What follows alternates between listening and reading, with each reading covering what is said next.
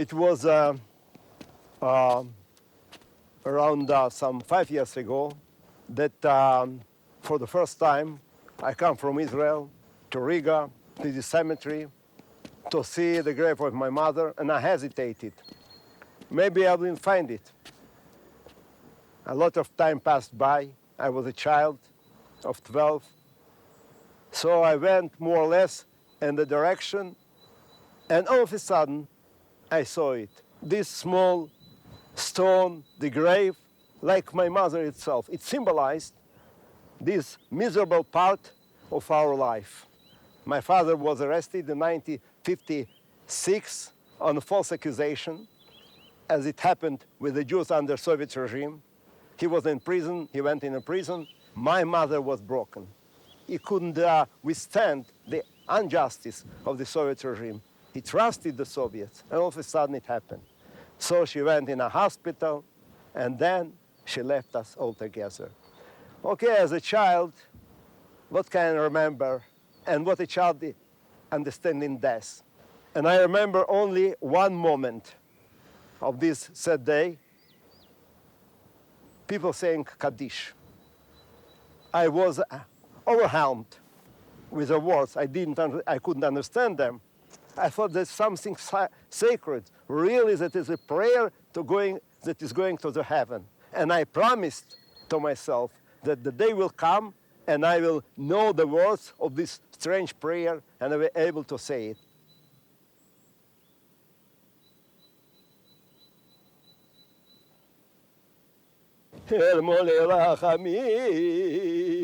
שוכן במרומים, המצא מנוחה נכונה על כנפי השכינה, במעלות קדושים וטהורים כזור הרקיע מזהירים לנשמת אמי ולתי חיינתה בת נחם יוסף בת שינה רבקה שהלכה לעולמה. בעבור שבלי נדר ניתנת צדקה, ביד הזכרת נשמתה, בגן עדן תהיה מנוחתה. לכן בעל הרחמים יסתיריה בסתר כנפיו לעולמים, ויצרור בצרור החיים את נשמתה. אדוני הוא נחלתה. ותנוח בשלום על משכבה, ונאמר אמן.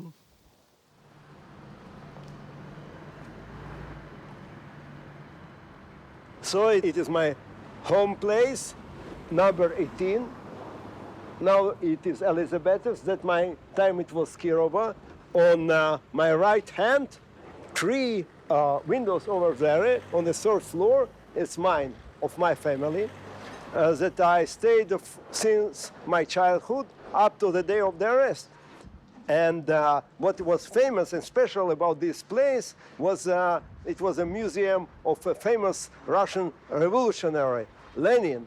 There was a big plaque saying that Lenin, the famous head of a Communist Party, the Bolsheviks, had here a session, underground session, in 1903. A friend of mine told me one day they will remove the plaque and put another plaque that there was a family Mendelevich living and having and running an underground Jewish group there. They removed the plaque of Lenin, but still not having my plaque.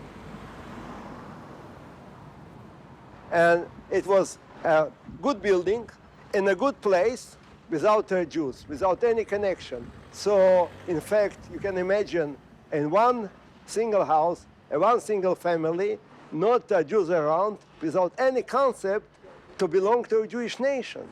And all my family, it was my Jewish nation. And my homeland, indeed, was not the area around, only my apartment. It was mine. All other was far away. And then in the morning, we would go over the street to the high school, which was not a Jewish one. Only some Jews there, you know.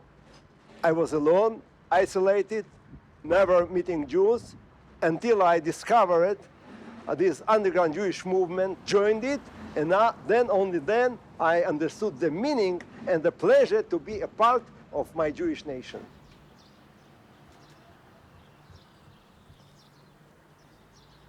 After my father was released from Soviet prison, he was a broken and ill man. He couldn't work. And my mother passed away. So at age 16, I decided I have to support my family. And I went to work in a factory as an assistant of a carpenter. And in the evening, I would go to this high school for so-called working youth. It turned out, for some reason, it became heavily populated with Jewish boys and girls, and I enjoyed it. For the first time, we met for normally we couldn't hardly could we meet in this big city of almost 1 million of citizens that time with a small group of Jews you can never meet. Then I met them, and then during the lesson some of them start distributing some underground materials, Jewish materials, telling about Holocaust, about Jewish revival, whatever. It was very interesting. So imagine me sitting during the class, listening with one ear to the teacher, and having under the table underground verses about the Jewish nation. One day, in the classroom, a friend of mine announced, "Friends, we are not studying today." Why? For it's a Jewish New Year. I thought, what a New Year? It's October. Normal people have it on December. He told, no, it is Jewish one. What, Jews have a different New Year? I was, somehow not only astonished, I felt embarrassed. It's not enough that I am Jewish, even we have don't have a common New Year as all other normal people. So what to do if you don't studying? We are going to the synagogue. Me, to go to a synagogue? I am modern man. What I have to do with this religious place? But what to do? Friends, boys and girls, went to the synagogue, and I followed them, and I thought, too bad, not enough to be born Jewish, you have even different holidays.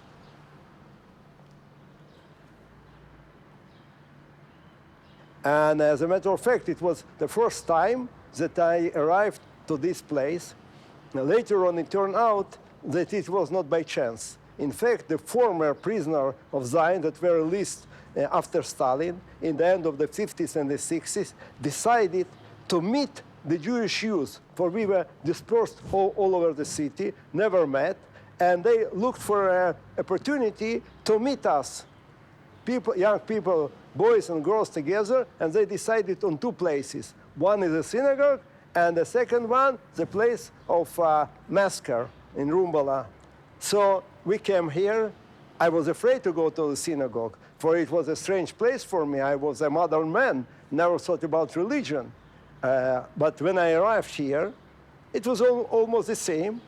I met a lot of young people here in the street, in the yard, maybe more than 100 young people. Never I met that much, the big crowd like that. So I made friends. We laughed and enjoyed. I enjoyed to be there. And I asked friends, when they will have another holiday. So the answer was, come in 10 days. It was certainly Yom Kippur after Rosh Hashanah. But for me, it has no meaning except of the fact that we can still meet, make friends, and enjoy. And it went on from one holiday to another, from Yom Kippur to Sukkot, then Hanukkah. So it is how I got involved in the Jewish life here in Riga, and I believe it is what saved my Jewish life.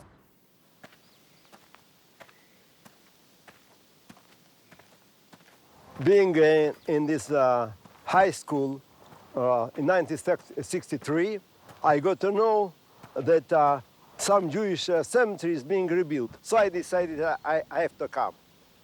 Nobody followed me. I was alone. It was a long way by a bus. And when I stepped out from the bus, I looked around. The scenery was somehow different. There was no cemetery. I felt that they simply pulled my leg. I was very angry that I lost my time for nothing.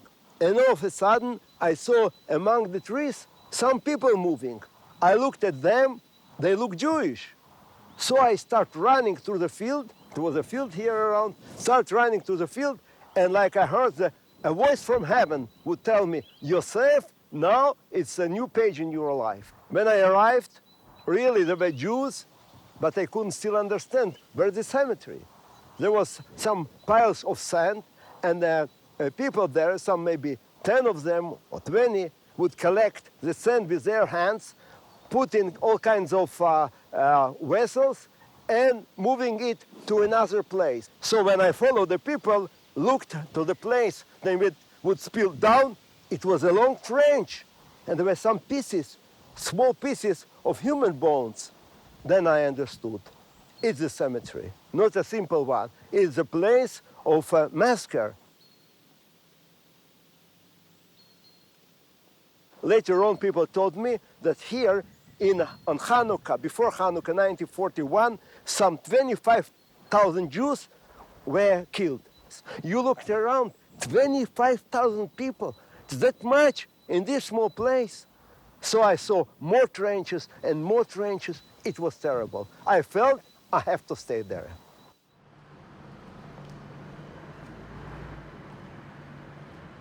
This yellow building used to be drafting bureau of Soviet Army. How I am connected to this place? It happened that in the end of the 60s, me and my family applied for permission to leave. And when I come to see the officer in the office to explain why we are repeatedly being refused, he told me, you're a young man. What we don't understand, the moment we send you to Israel, you will be drafted to Israel army, and you'll fight against our brethren Arabs. In no way, we don't send supplements for our enemies. Israel is our enemy. And then he looked at my whatever case, and he told, oh, you are studying in a university, so accomplish your studies, and you will build communism. Now go away. Forget about going to Israel. You will die here, but before you will build communism. So when I was out from his office, my conclusion was obvious. I will never accomplish my studies. I will never build their communism. And I stopped going to studies and tests, whatever. But I forgot a very important detail somehow, that if you don't study in university, you should be drafted in the army, exactly as this man told me, not in Israel army, certainly in a Russian army. So only soon after that, I was summoned to this bureau, this one building.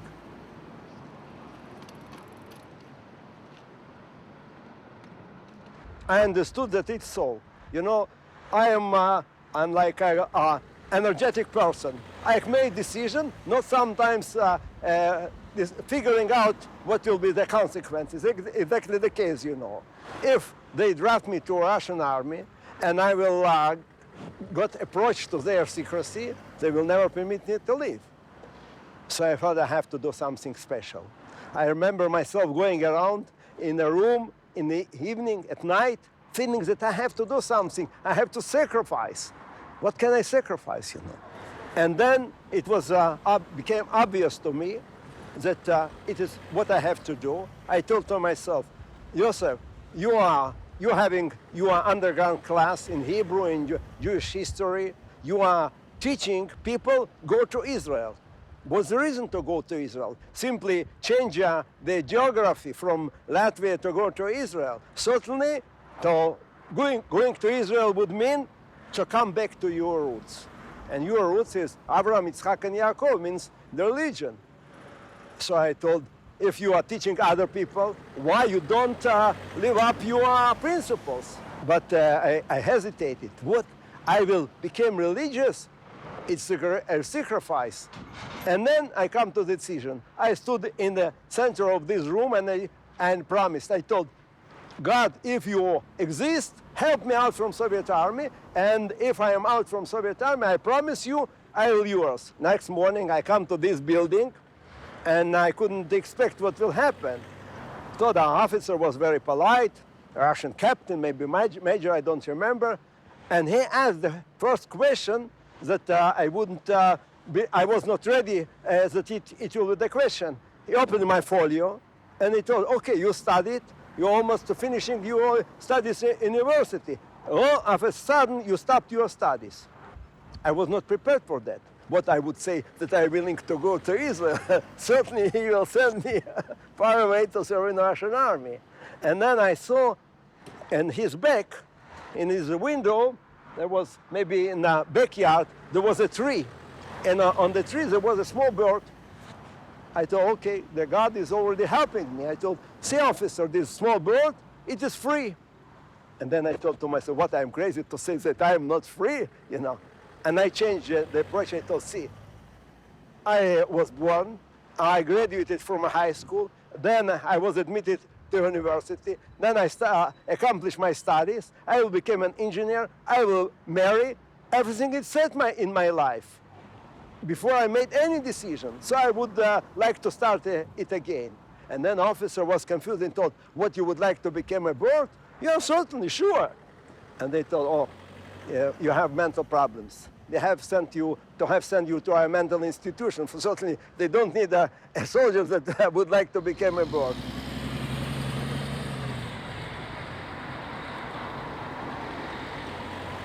So the officer in the drafting bureau, the Soviet officer, decided that a man that dreams to be a bird cannot serve in the Russian army, and sent me to this mental institution that still exists. And I stayed here for a month. I wouldn't say that it was the best time in my life, for I was afraid of crazy people, you know. They behave almost normal. All the time that would dance and sing, except of me. I sat there in a corner. I was afraid of them, or they were really crazy, not me. And I read this book, this thick book of Homerus. So imagine the doctor entering the room, looking at me and them, who would think is really ill. I believe it was me. And then they would ask me all kinds of different questions. I decided I will behave normally, for I don't know how an insane person would behave in a circumstance. I was normal. The only questions that they would ask me, don't you feel you are being watched and followed? I thought it's for sure. For at that time we were members of the underground Jewish movement, and we were bothered that maybe we are being followed by KGB.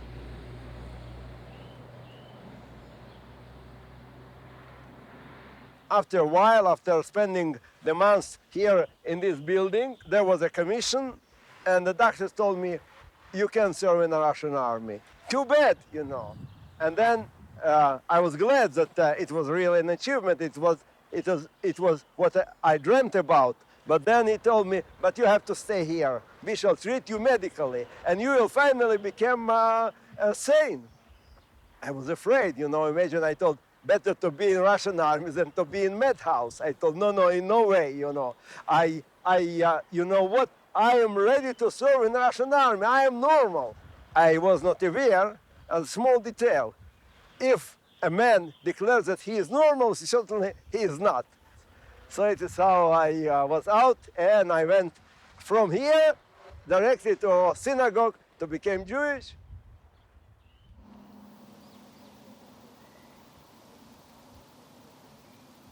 When I come in the beginning, there was only a small group of older people that initiated it. But step by step, people start coming. We would work on Sunday. The whole place was full with young people, boys and girls. And it was one of the reasons to start this reconstruction, to meet people. Here on the graves, people met. My sister met my friend and they married. And happened. The place of death became a place of life. And this song sings, Am Yisrael Chai. So it was a very outstanding way of reconstructing the cemetery.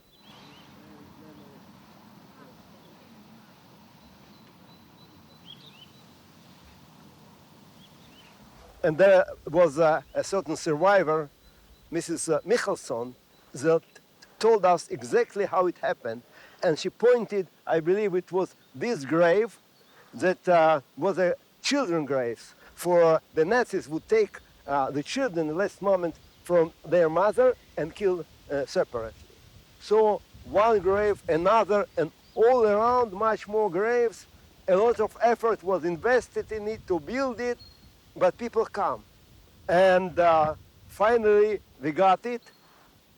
We had the gardener, Kalman Phrasus, that take care that it would like a real cemetery. And by chance, he got like a small tree. I don't know how it is in English. It's Russian. We call this bereza, a white tree, very specific to Russia. And he told me, plant it here. So it is my tree. That time it was smaller than me. Now it's that high. It's still growing.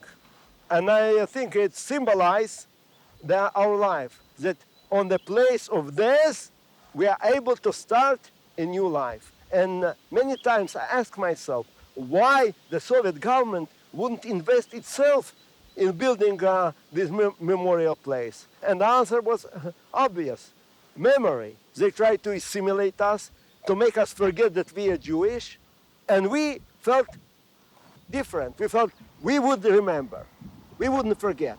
It was our struggle against the power to remember and to tell other people, remember, don't forget, we are Jewish.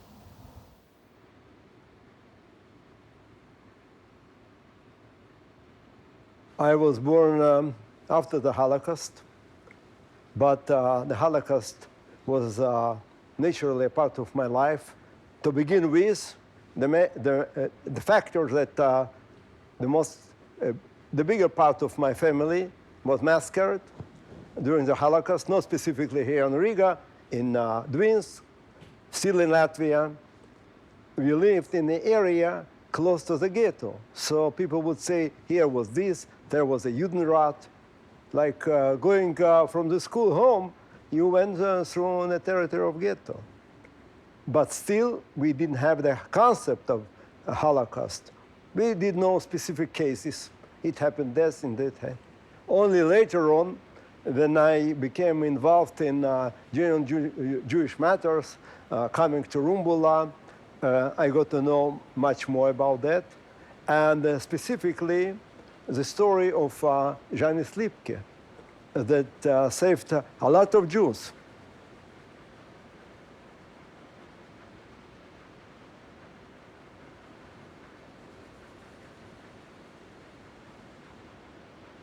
More important for me is the meeting of with this brave man that I met him around 1965 in the forest of Rumbula, for he would come to support our efforts to rebuild the Jewish cemetery.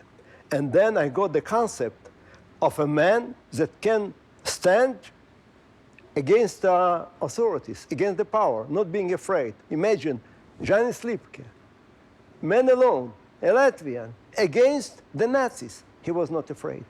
And somehow he was my teacher in a courage. When you are doing something human, for human beings, you shouldn't be afraid.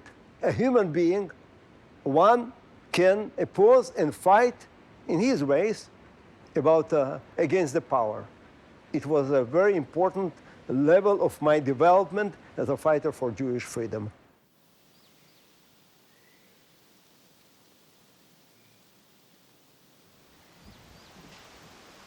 In 1966, me and my young friends started an underground Jewish organization to educate our people, to know that they are Jewish, that they have their homeland, they have to go to Israel to teach and Hebrew.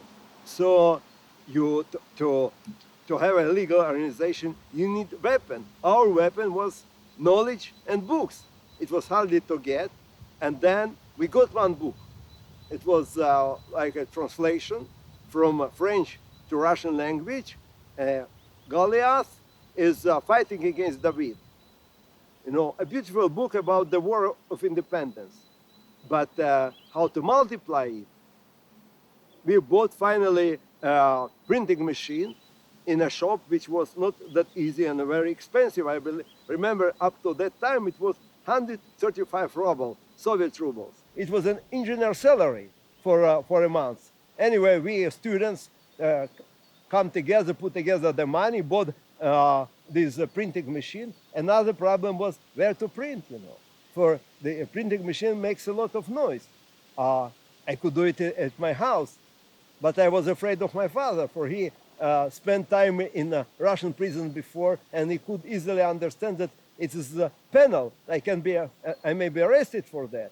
So I was more afraid of my father than of police or KGB. And finally, my friend Boris found a solution. He rented like a farmer house like this one, a small farmer house in a forest outside. It was beautiful. For if even you make the noise printing, you know, I put under the printing machine a pillow that it wouldn't make too much sound, but it is all around, no people around, so you can sit and print. So I took free time from my work for a month. I sat there in this house all alone, and from the morning up to at night with one finger, I couldn't print with all the fingers. With one finger, I would print. There was almost 300 pages, you know.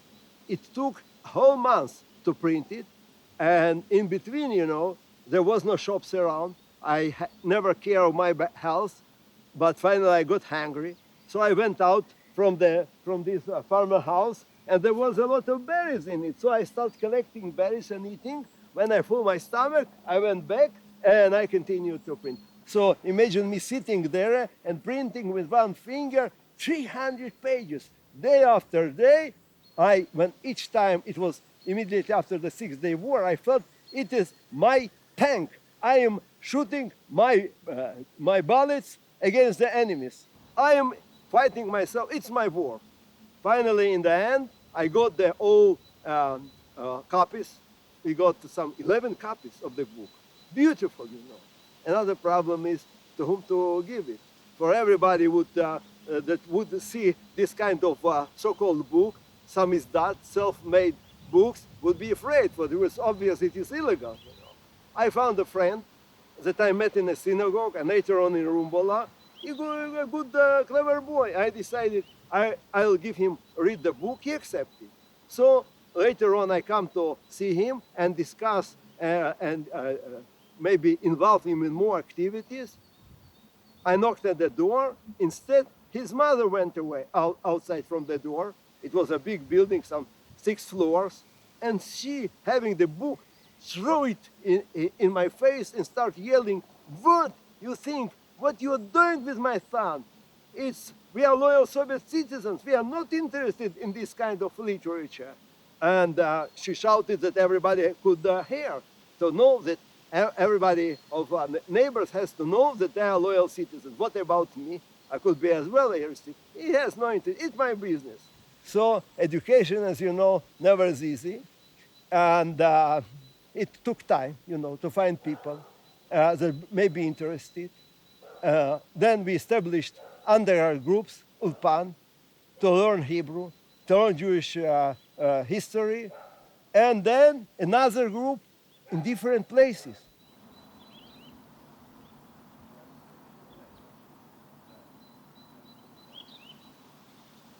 Finally, after 3 years of intensive effort, this place was rebuilt. We had already the stone over there, and for the first time in the Soviet Union, it was written in Yiddish that they are for the victims of Nazism.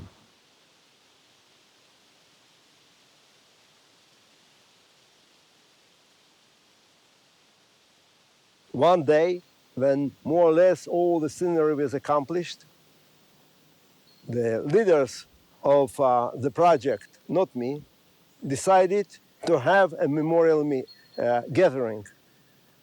People come, hundreds of them, all around in the trees. I believe it was the biggest illegal manifestation in Soviet Union in those years. It was 1966.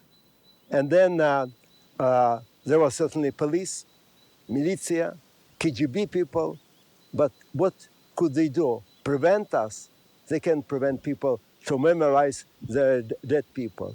So people come and say El Mullerachim here on the graves in a Kaddish, and then people spoke. And I was one of them that got permission to speak. I was very excited. I was a young boy, like 19 years old, and I was a speaker. I spoke to hundreds of people, you know. It's me. And I told friends, look what a miracle happened to us on this spot. When we come, it was bare place, fractures. We come to help dead people. Now I told we understand that the dead people helped us, for they make us connected to our history, to our past, make us again alive. And then I told, listen, what the dead people are whispering us out from the graves. They say, never forget, don't stay anymore in the cursed land. You have your homeland, Israel. And I told in Hebrew, Lech Lecha, it's their order. Lech Lecha, go to your homeland.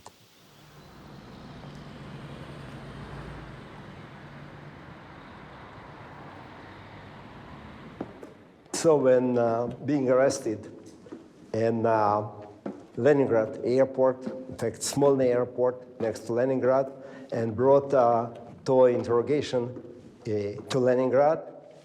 Later on, we were removed to Riga for the main activity that I started since 1964, were in Riga, building these underground groups and organization, and even preparing a hijacking. Everything was in Riga.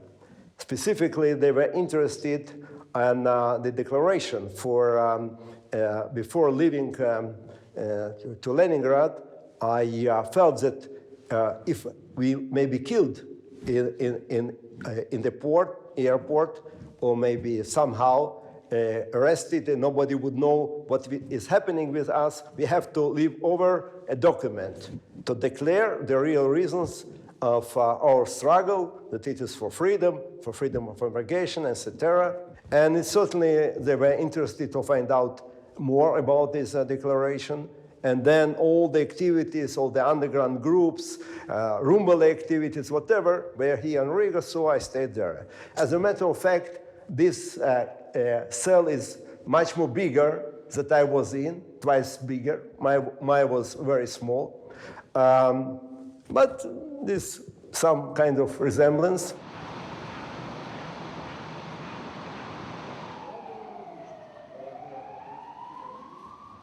From the beginning, they tried to break my will and make me cooperate.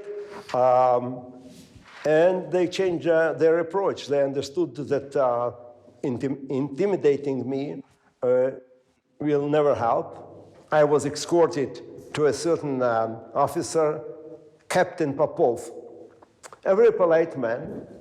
And he told a lot of things, and then he told me, I'm looking at you, you know. You say you are Jewish. You don't look Jewish at all, you know. You are a Russian boy. You got our Russian education. You know, stop talking about Israel. You know, admit you are guilty. We shall not pardon you, but you will get instead maybe 7 years of imprisonment, and back out from the prison, you can become a regular Soviet citizen. So when back to my cell, I start thinking.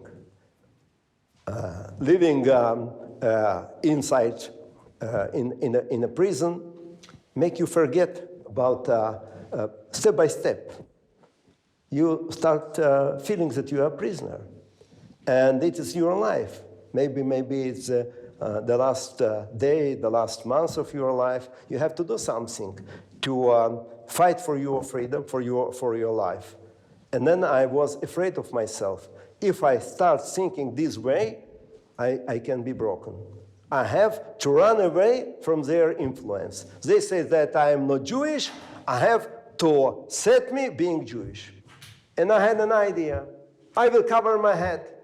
So I got a handkerchief, and I made knots on my handkerchief, like to put it on the head. And then put it on my head. And when being escorted to my officer, he was angry. He looked at me and he told me, "What's happening with you? You are completely crazy," he told me. "Remove this piece of clothes, behave, you're an educated man." So I told, "Yes, really, I'm educated, but I have a Jewish education. And according to our Jewish education, that much that I did know, we have to cover our heads. So it is, produce me like a yarmulke or something. If you don't have it, I make my handkerchief." And then I told him the whole story about the Jewish nation, creation of the Jewish nation, Moses and Exodus, whatever. He was finally very angry. And he told me, "Josef, you think you are smart? You are stupid. For with this cheeky behavior, you are preparing your death penalty. Think again." And he sent me back to the cell. After my first success with covering my head, I thought that I had invented something else that a religious Jew will do. And I decided I will pray. So I wrote a prayer on a piece of a paper. And then I remember that we have to pray in the direction of Jerusalem. I don't know where is Jerusalem, here in the cell, where is the Jerusalem? And then I remember that there was a book of Daniel telling that certain Jew, some 3,000 years ago, 2,000 years ago, was in some position. He was in Persia, would like to pray in direction to Jerusalem. He has no smartphone, nothing. So he would simply stand in the window and pray. So I decided, I don't know where is Jerusalem, but I will stand at the window and I will pray. So imagine me standing this way, having this piece of paper, praying and looking in the window and asking God, "God, help my nation out from Russian slavery, help my family out, my father and my sisters, and take me out from this terrible place." After a while, the door got open, and guards rushed inside and grabbed me in the wall and told me, "We watch you all the time. Why you stand in the wall, touch the wall, and look at the window? What's the reason of it?" Now it is a window, but that time there were only grates in it. They checked the wall. Maybe you try to take out a brick of the wall like a Monte Cristo and right away. And then they check my pocket. "Aha, you have a secret letter. Now we understand. You try to pass a secret letter to your friends. You have to be really crazy, to think that you can, through the grace, pass a letter." And then they took to an interrogator this piece of letter. After several days, I was escorted again to my Russian friend.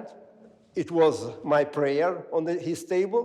And the translation, Captain Popov was very angry. He told me, "What?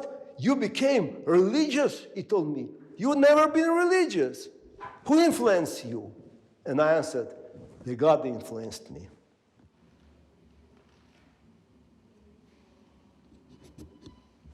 So it's so-called exercise yard. But for prisoners, at least for me, it was another chance to try to contact my friends. You try to listen. Maybe it's your friend. Maybe there are two friends speaking, and you can maybe find out what's state of their mood. And then I decided I have to strengthen my friends. And I start thinking the national hymn, Atikva.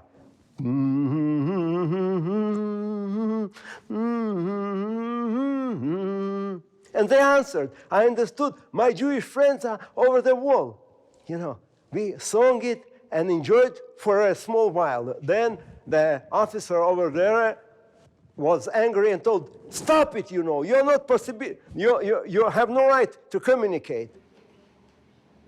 Another time, there was a feather, a bird feather, flying very easily. That time, the wall was open. Now, see, the bricks, they closed it. But then it was a possibility like to play with a feather. I would blow it, and it would flow over, and the friends returned me the feather. I was that glad. It's like I'm embracing a friend, like it's very close to me. And I felt we continue a struggle, we are alive, we shall succeed. Shir Hamalot, ממעמקים קראתיך אדוני, אדוני שמע בקולי, תהיינה אוזניך קשובות לכל תחנוני, אם עוונות תשמור יה אדוני מי יעמוד, כי עמך סליחה למען תברא, קיוויתי אדוני קיוותה נפשי ולדברו אוכלתי, נפשי אל אדוני משומרים לבוקר, שומרים לבוקר, יחל ישראל אל אדוני, כי עם אדוני החסד והרבה עבדות, והוא יפדה את ישראל מכל עוונותיו.